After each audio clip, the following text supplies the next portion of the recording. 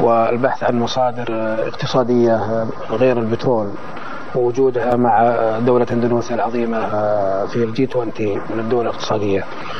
وجدت المملكة أنه الأفضل الاستثمار في الدول الإسلامية وتنمية الاقتصاد في الدول الإسلامية مجال اقتصادي جيد، وهناك استثمار ربما سمعتم عن استثمار وزارة شركة أرامكو مع برتامينا، وهناك مجالات كثيرة ربما تسمعون إن شاء الله خلال الزيارة من توقيع اتفاقيات في جميع المجالات الاستثمارية والتعليمية والدينية إن شاء الله.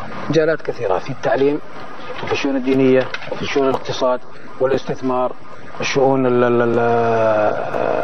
الثقافية، شؤون الحج، أيضا ربما إن شاء الله في الشؤون الأمنية، وسبق التوقيع على اتفاقية عسكرية ما زال العمل جاري فيها ولله الحمد.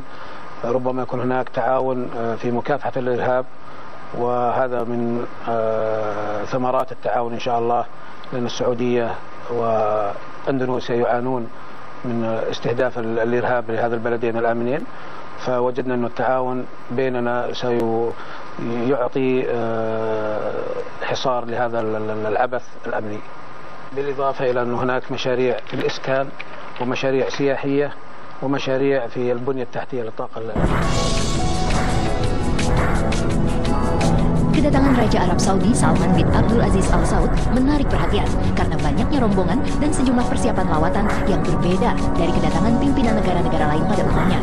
Dengan jumlah rombongan mencapai 1.500 orang, barang bawaan Raja Salman dan rombongan bahkan mencapai 20 pesawat atau 20 penerbangan, termasuk mobil Mercy khusus untuk membawa Raja Saudi tersebut.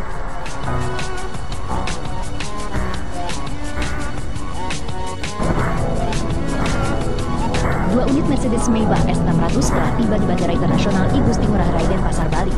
Berdasarkan lawatan sebelumnya ke negara lain, jenis Mercedes Maybach yang digunakan adalah S600 Car yang dirancang untuk menghindarkan penumpangnya dari ancaman dari segala sisi, termasuk kolong mobil.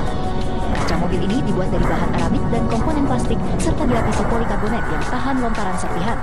Kaca ini juga menawarkan perlindungan dari peledak dan anti peluru senjata serbu. Wow, super aman bukan?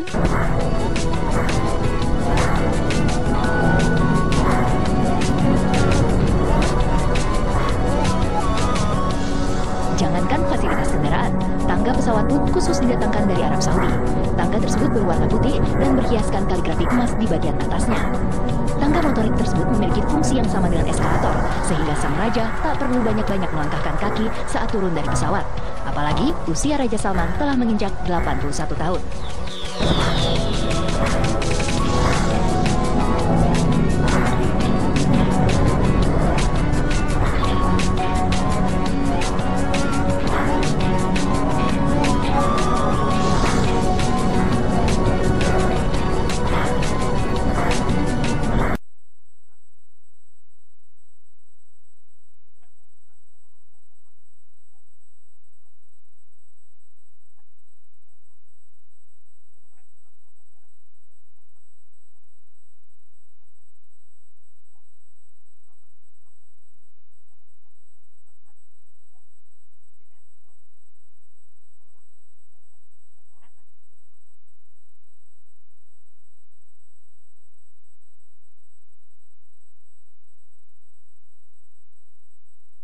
Ketika seorang raja di Arab Saudi melakukan kunjungan dengan bobot bawaan yang begitu banyak, seperti itu?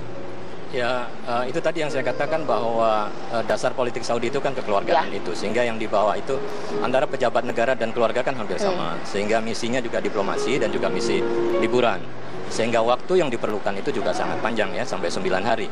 Tapi sebenarnya itu kalau saya boleh mengatakan, rakyat Indonesia kalau berkunjung ke Saudi itu rata-rata juga 9 hari, bahkan bisa lebih ya. Karena paket umroh itu kan 9 hari. Mungkin dari prinsip ini ya. Dan hari demi hari itu kan rakyat Indonesia yang berkunjung ke Saudi sangat besar ya. Nah, saya kira wajar kemudian Raja membawa untuk menunjukkan bahwa ini keluarga Raja juga ya. Masyarakat rakyat Saudi juga banyak begitu ya. Untuk mengimbangi kunjungan. rakyat Indonesia yang setiap saat ya dengan batas waktu yang 9 hari itu. Nah, ini kan juga saya kira menarik untuk dilihat ya dari sisi budaya ya, kedua yang berusaha untuk mencari kesamaan-kesamaan yang ada. Oke, selain memang kemudian bawaannya banyak gitu ya, kita juga tahu juga dia menginginkan atau juga mempersiapkan bahwa ketika berada di sini juga dalam servis yang terbaik gitu ya. Hal yang lumrah nggak sih? Saya kira itu hal yang wajar kalau kita kemudian melihat apa yang biasa terjadi di Timur Tengah ya. Memang seperti itu. Jadi kemudian kita juga harus melihat bahwa persoalan diplomasi ini jangan hanya dilihat yang formal-formal saja ya. Pertemuan dengan presiden, wakil presiden, dengan DPR dan lain sebagainya. Selain kesepakatan dan lain sebagainya, tetapi sebenarnya juga harus dilihat di balik itu. Bahkan kejadian itu bisa terjadi, keputusan itu bisa terjadi ketika di Bali begitu ya. Akan terjadi tambahan yang lebih positif boleh jadi ketika itu. Ini kan karena model politik yang bersifat kekeluargaan itu. Jadi tidak harus di depan meja kemudian terjadi kesepakatan ya. Boleh jadi di luar itu ketika berlibur tiba-tiba kemudian ada kesepakatan lintasan yang disampaikan oleh raja atau keluarga, pangeran dan sebagainya untuk menambah nilai investasi dan lain sebagainya. Itu juga saya kira sangat-sangat informal.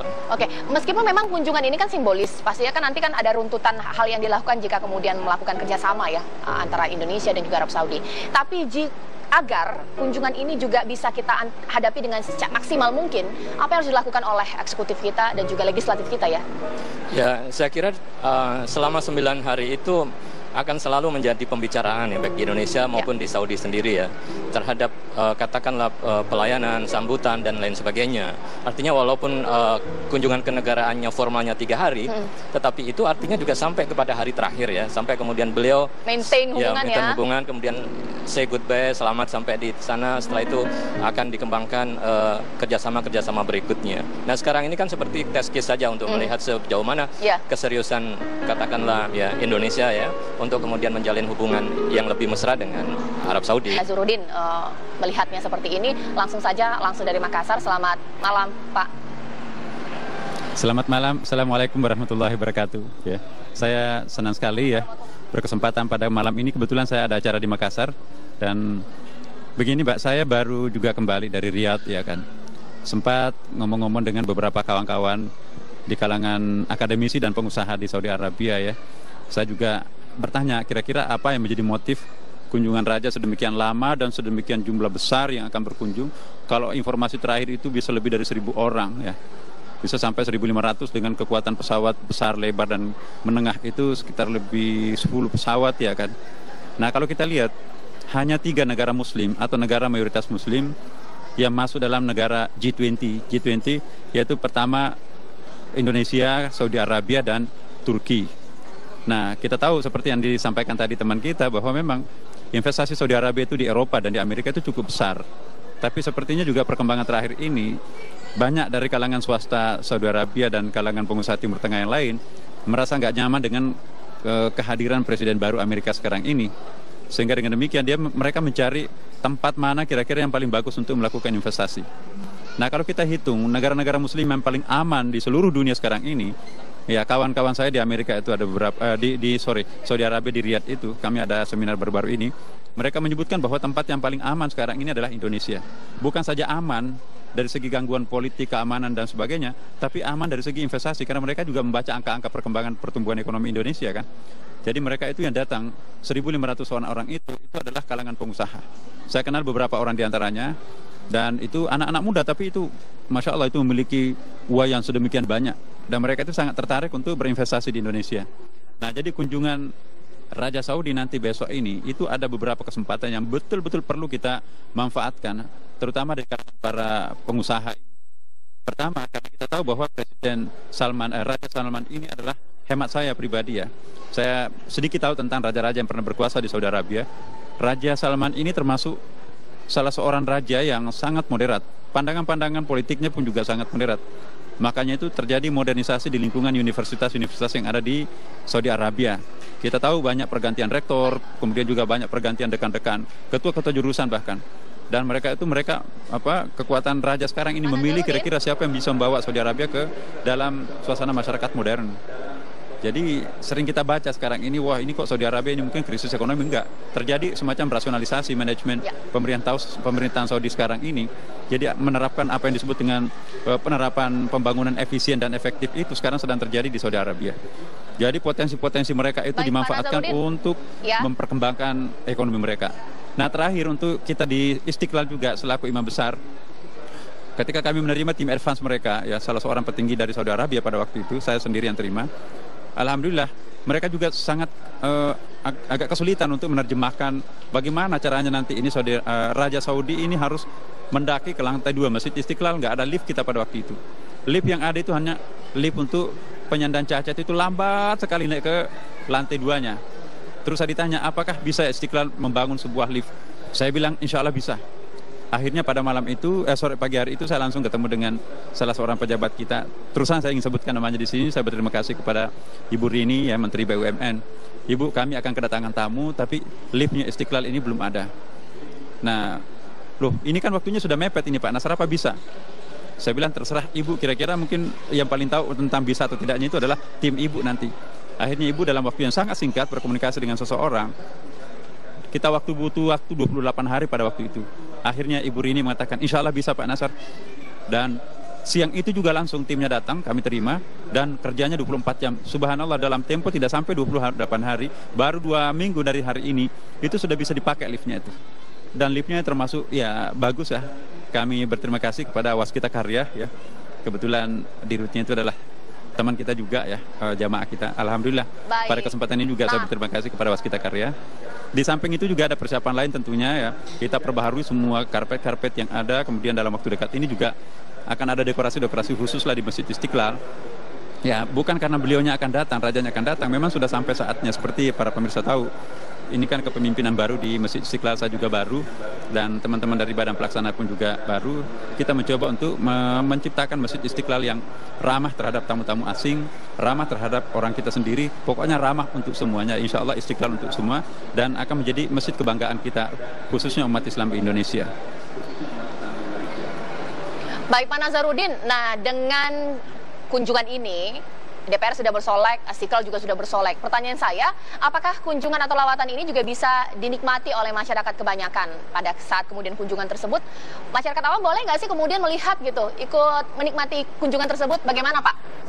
Iya, kita tidak ada masalah. Kita nggak bisa melarang orang datang ke masjid siapapun, asal tujuannya untuk beribadah terutama ya kan. Dan kita pun juga di Istiqlal itu kan sudah ada sistem pengamanannya juga, jadi juga tentu sudah steril ya. Teman-teman juga dari Pas Pampres itu sudah sangat siap untuk. Dan yang jadi tantangan kami sekarang ini, terlalu banyak yang meminta kami, grup-grup pengajian, grup-grup jamaah dari masjid-masjid lain, ingin sekali menjadi jamaah Masjid Istiqlal, ingin hadir menyaksikan Raja Saudi di Istiqlal. Baru tadi ini pucuk pimpinan Muslimat Nahdlatul Ulama itu mau membawa masanya ke Istiqlal dalam rangka ikut serta menjemput Raja Saudi.